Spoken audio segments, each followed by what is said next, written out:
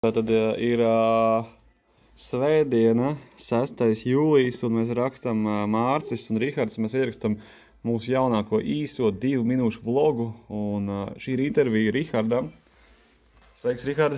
Labs vakars! Labas vakaras! Labas vakaras! Rihard, ko mēs šovakar šeit daram?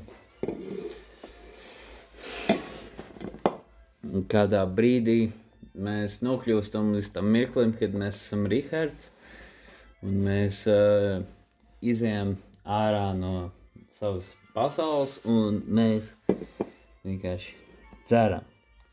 Šovakar bija tāda situācija, ka bija 2 Rihardi, un es sēdēju starp 2 Rihardiem, un es ievēlējos vēlēšanos likvidēt, deģenerāt, kropu, šizofreniķi, pēderasti Kasparu. Kā tev atbalsta un ideja? Kaspars ir jāiznīcina.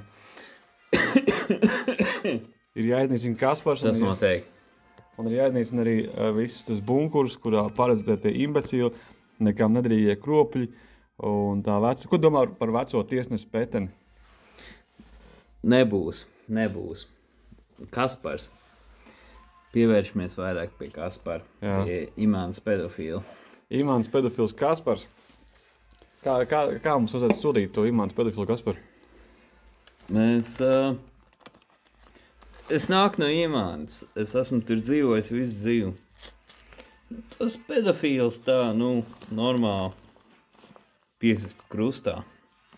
Krustā tieši, arī noslīcināt bļodā. Kā kur reiz. Piesist krustā, bet tā kā ne taisni tā kā Jēzu, bet otrādi. Jā.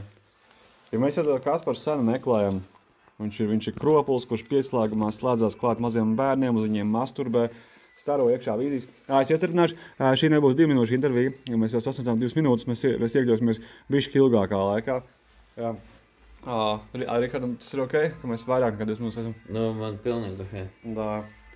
Tad mēs meklējam to kropli, kurš izmantoja savu šito, kā to sauc, privilēģiju, ka viņš ir kaut kāds slēdzis, un viņš var vienkārši slēgties cilvēku prātiem un uz mazām meitenēm tur masturbēt, un tad tās meitenes pēc tam ir nonākuši tur Tvaikielā, jo viņas nav saputuši, kas vispār viņām notiek viņas galvā. Tādu kropli Mums nepatīk, mēs visu to gribam sūtīt nahuj. Jā, mēs to sūtām nahuj. Un tas ir tāds... mēs taisam vienkārši 3 minūšu versiju, ja? Rihard? Jā.